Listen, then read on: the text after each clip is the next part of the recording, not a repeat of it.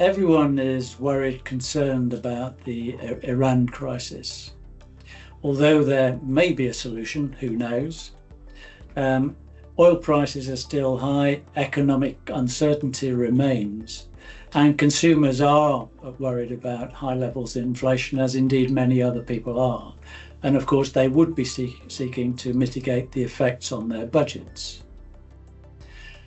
Grocery brand manufacturers, therefore, are concerned about their volumes, about the choice between brands and private label, and of course, store choice, which also impacts that choice of brand. I'm Richard Herbert. I'm an independent consultant working with Europanel. I'm talking to a number of professors leading professors in the grocery world in a series of videos. The aim being to understand and discuss knowledge of what happens in these circumstances, and of course the advice they would give. Firstly, the first interview was with Professor Oliver Cole, and we looked at volumes. And then with Professor Koen Pauwels, we looked at marketing mix. And last week with Professor Steenkamp, Jan Benedict Steenkamp, the subject and focus was private label. Today I'm joined by Harald van Heerde. Harald is Research Professor of Marketing at New South Wales, University of New South Wales, Sydney, Australia, although he's in Austria at the moment, so it makes it a little bit easier in terms of times for us today. His research passion and our topic today is marketing elasticities. Hi Harald, good to speak to you, and we've already said it's as warm there as it is here, so good to speak to you today, and hi. Hi, good to speak to you. Thanks for this opportunity. Before we move on to recommendations based on your research, can you give us a little simple understanding of elasticities and some illustrative examples of what they might mean, what they can help us with? Sure. So a marketing elasticity tells us basically how sensitive demand is to a change in marketing activity. So for example, if you spend 1% more on advertising, by what percentage do your sales change? And for the example of advertising, research has shown that these elasticities for advertising tends to be quite small. So sales might grow by at max 0.1% when there is a 1% increase in advertising spend. More recently, actually, advertising elasticities have even gotten further down. So advertising elasticities tend to be quite small, but there might be other reasons to do advertising, of course. Price elasticities, they tend to be stronger in magnitude. So a 1% increase in price often leads to a sales decrease that is more than 1%. And in general, the importance of marketing elasticities is that they can be used to allocate marketing resources across the marketing mix, or within a certain marketing element across time. So when elasticities change over time. And the general idea behind elasticities is that a higher elasticity means a higher effectiveness, and that perhaps more resources should go there. So if your elasticity goes up, it's maybe a good idea to spend more on that marketing activity. I guess some of those are short-term rather than long-term. So advertising can be short and long-term, and pricing tends to be more short-term. Absolutely, yes. And again, advertising might have other reasons. For example, also to create access to distribution or to create less elastic consumer demand. So I think today is maybe most important to talk about price elasticities. More than likely, yes. Moving on to specific elasticities and their sensitivity to economic circumstance and price inflation, of which we've seen quite a lot recently and obviously are worried about again. How do these change in those sorts of circumstances against what you might call normal times? Yeah, so we know most about how price elasticity changes in the face of inflation. So what happens in times of high inflation, as we've had a couple of years ago and we're going through again, is that consumers are more aware of price changes. It's constantly in the headlines, and therefore they are also becoming more price sensitive. And I conducted a while ago a very large meta-analysis, basically analyzing a lot of published studies, and we found that there is a magnitude increasing effect of inflation on price elasticity. So that means that if you have an inflation rate of around 5 to 6%, which is similar to what we've had a couple of years ago, and we might be heading to around now as well, then the price elasticity might become 1 full point stronger. So to give you an example, if the price elasticity was -1 to begin with, it can become -2 during times of inflation. And that means that a 10% price increase, maybe in times of low inflation, might have led to a 10% sales decrease. But that same 10% price increase might now lead to a 20% sales decrease. So really a doubling of the negative price effect. So that's quite a significant change. And does it affect the advertising elasticities as well? Does it reduce even further? We don't have very clear evidence on that. So we've looked a little bit at economic recessions, how that affects price elasticity, but most of the action is in the price elasticity, I would say. Right. We talked about time and obviously previous crises and the recent crisis and yet another crisis now.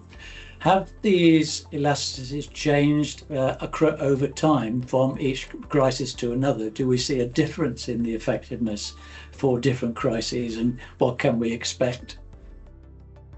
Yeah, so as a whole, it seems that compared to a few decades ago, consumers have become less price sensitive. So that's an interesting piece of information. So back in 2005, I conducted a meta-analysis where we analyzed a lot of published studies on the price elasticities that they reported, like at the brand level. So if a brand changes its price, how much does its demand change? And back then we found an price elasticity of -2.72. So that means that a 10% price increase would lead to a 27% sales decrease, or conversely, if you have a 10% price discount, you can expect a 27% sales increase. So that was really very elastic, very strong response. But interestingly, over the last couple of decades, most of the large-scale studies that have been published show much more modest price elasticities. So for example, in a very recent study by Katrijn Gillens, I think she is also going to be interviewed in the series, and also Jan Benedict Steenkamp, they used household data from AMARC, and they found across 16,000 fast-moving consumer good brands and across 85 categories and 34 countries, an average price elasticity of just -0.64. So much weaker than the -2.72 that we found 20 years before, which suggests that on average across the world, consumers have become less price sensitive. But again, things have changed during a crisis, and this, in the current spike of inflation, consumers have become yet more price sensitive again. So that goes a bit against the large trend across decades, but during crises, you can clearly see that price sensitivity really spikes. And how does that lead to sort of recommendations as to what manufacturers and brands should do in such cases? Yeah, so as I said,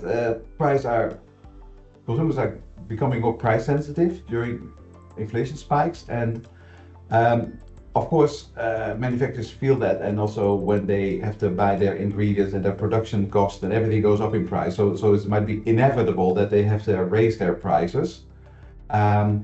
But then a few pointers I would like to give. So one thing is to perhaps make sure that you don't raise your prices much more than competitors.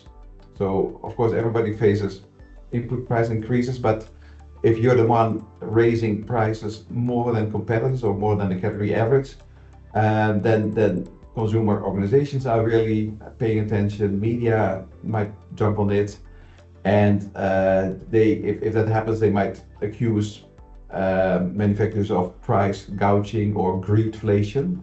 We've seen that a few years ago, especially when the big spike happened. So yeah, you must raise your price, but don't do it excessively more than competitors. That's one advice.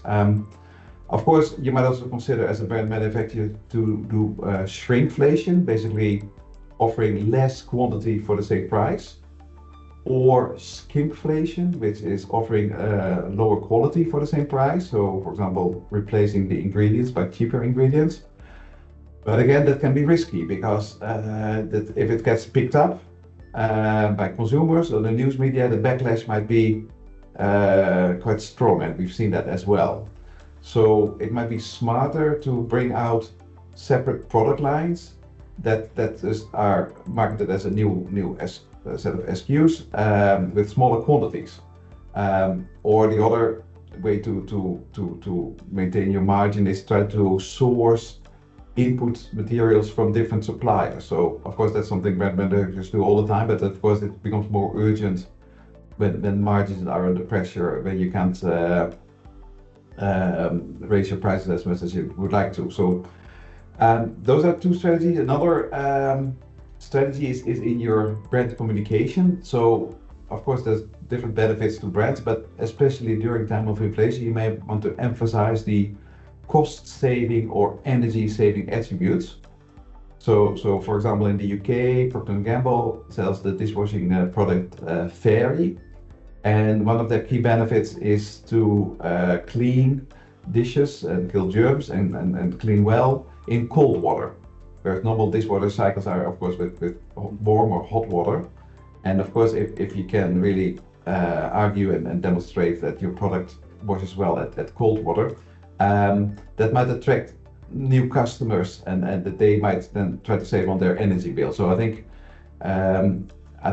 if you just basically make sure that the benefits you advertise are aligned with the pain points of customers, with this cost of living, then I think even if you're a slightly more expensive brand manufacturer, you can make a point that buying your product might lead to cost savings in the long run, because you can do it, for example, also with detergents. For example, if you can demonstrate that your product can achieve more washes per unit or per liter or kg, I think that is something that consumers are especially sensitive to in times of high inflation.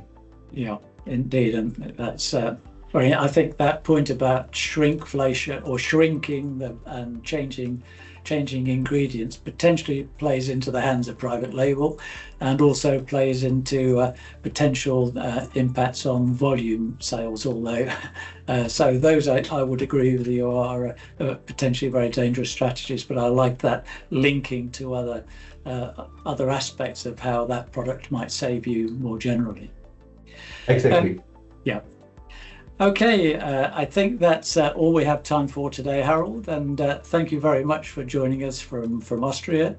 Enjoy the heat, and no doubt you'll see that when you get back to Australia anyway. So again, okay.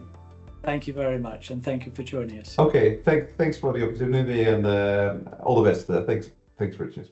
Thank you.